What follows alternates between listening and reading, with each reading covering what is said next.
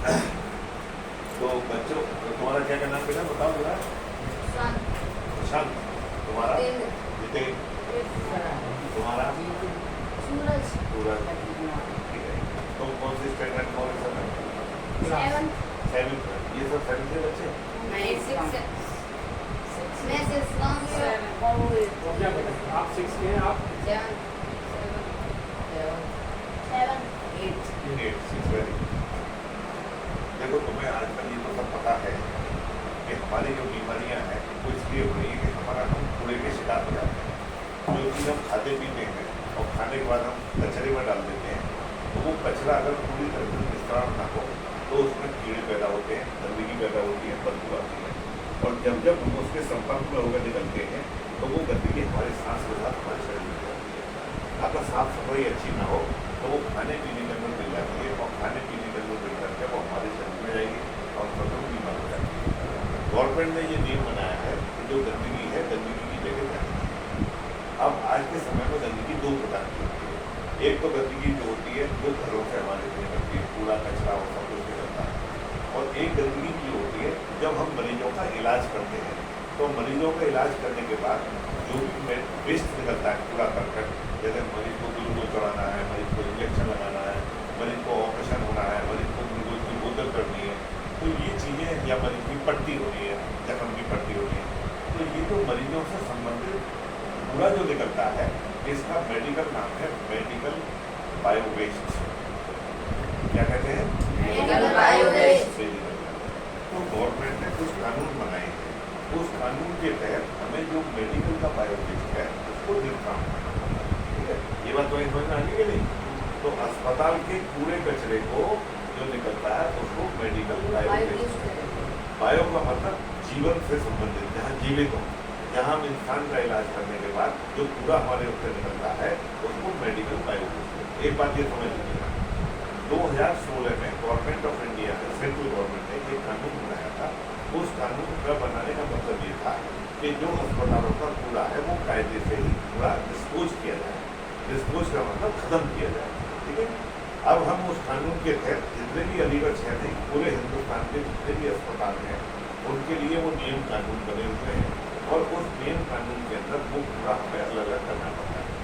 अस्पताल की ड्यूटी ये होती है कि जो कूड़ा हम बनाते हैं, अस्पताल में पैदा होता है, उसको उसी जगह सेग्रीगेट करना पड़ता है।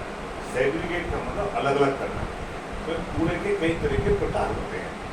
एक प्रकार तो ऐसा होता है जो बहुत ही खतरनाक होता है, उसके लिए गवर्नमेंट ने एक रंग निर्धारित कर दिया है और उसकी क्वालिटी बना दी है, जैसे लाल रंग। एक कूड़ा वो होता है जिसके अंदर वो कम खतरनाक होता है, उसको उन्होंने दे दिया पीला रंग। ठीक है, एक कूड़ा ऐसा होता है जो बहुत ना के बराबर खतरनाक होता है, उसको दे दिया नीला रंग। और एक होता है जो बिल्कुल खतरनाक नहीं होता, जो घरेलू कूड़े की तरह होता है, उसको दे दिया उन्होंने काला रंग। तो इस तरीके से अलग अलग रंग बना करके उन्होंने उसको बना दिया है, गवर्नमेंट ने नियम बना दिया है। अब हम अस्पतालों में क्या करते हैं, अस्पतालों में हमारे यहाँ हर मंजिल के ऊपर एक कूड़ेदान बना हुआ रहता है। उस कूड़ेदान के अंदर 4 तरह की कूड़ेदान होते हैं, अलग अलग बास्केट होती है। ठीक है, और उसके ऊपर दीवार पे एक लेबल लगा होता है। दीवार पे उस रंग के अंदर लिखा होता है ये लाल रंग के अंदर ये कूड़ेदान इकट्ठा किया जाएगा। उसके नीचे पीले रंग की पट्टी में कि ये कूड़ा उसमें रखा जाएगा। उसके नीचे नीले रंग की पट्टी होती है कि इसके अंदर ये कूड़ा रखा जाएगा।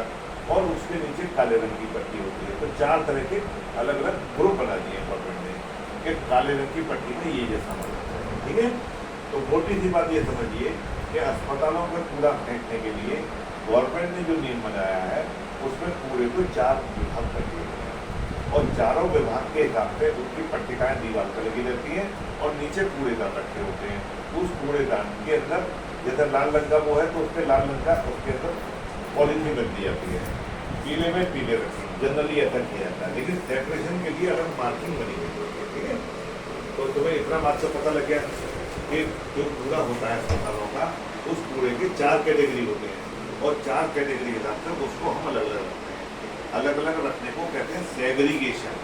सेग्रीगेशन का मतलब अलग अलग करके रखना। अगर हम सबको मिला देंगे तो फिर दोनों को छानने में फिर तो हमें आदमी लगाने पड़ेगा।